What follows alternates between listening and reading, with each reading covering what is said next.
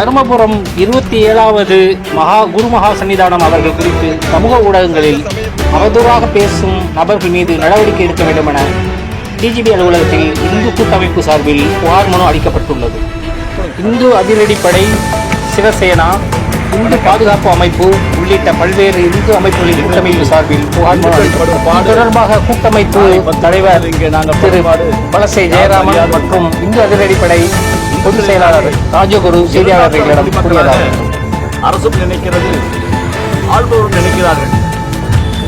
இந்த துறைகள்லாம் போக்குவதற்காக தர்மயாதீன நட்சத்திர குருமணிகள் ஸ்ரீ மாசிலாமணி தேசிய ஞானசம்பந்த பரமாச்சாரியார் சுவாமிகள் தன்னுடைய 60வது வயதில் தன்னுடைய மெய் வருத்தம் பாராமல் உலக நாடுகளெல்லாம் சென்று நம்முடைய சனாதன தர்மத்தையும் இந்து தர்மத்தையும் பரப்புவதற்காக நாடும் பணியாற்றி கொண்டிருக்கிறார்கள்.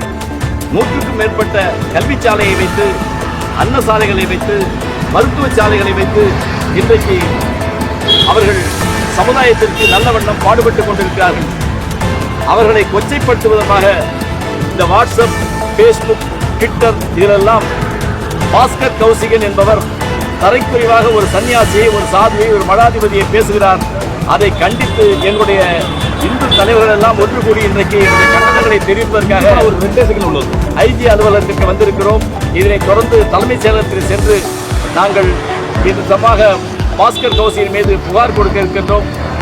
தூய உள்ளம் கொண்ட துறவி, எங்களுடைய தர்மயாதீனம் குருமகா சன்னிதானங்களை யாரும் இழித்து பழித்தும் பேசுவதற்கூடாது.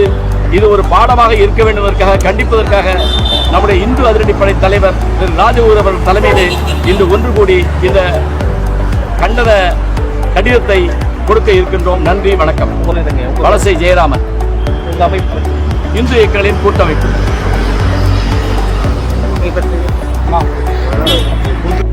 வணக்கம். இந்து அதிரடிப்படை தலைவர் ராஜகுரு. இந்து தர்மத்துக்காகவும் சைவ சமயத்துக்காகவும் தொண்டாற்றிக் கொண்டுள்ள தர்ம ஆதீனத்தை பற்றி கௌசிகன் என்கின்ற பாஸ்கர் கௌசிகன் சமூக வலைதளங்களிலே தவறான தகவல்களை பதிவு செய்து கொண்டுள்ளார். அவர் மீது தமிழக காவல்துறை உரிய நடவடிக்கை எடுக்க வேண்டும். அது மட்டுமல்ல, வருகின்ற விநாயகர் சதுர்த்தி திருவிழா என்பது தமிழர்களினுடைய இல்லங்களிலும் உள்ளங்களிலும் கொண்டாடப்பட வேண்டியது.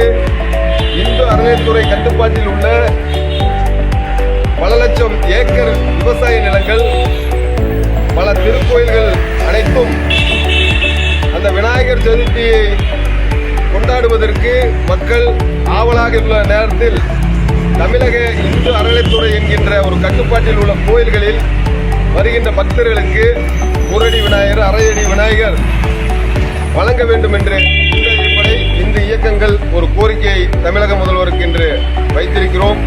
அதனை தமிழக முதல்வர் அவர்கள் பரிசீலனை செய்து தமிழச்சிகள், மாணவ மாணவிகள், இளைஞர்கள், பெண்கள் விநாயகர் சதுர்த்தியை சிறப்பாக கொண்டாடுவதற்கு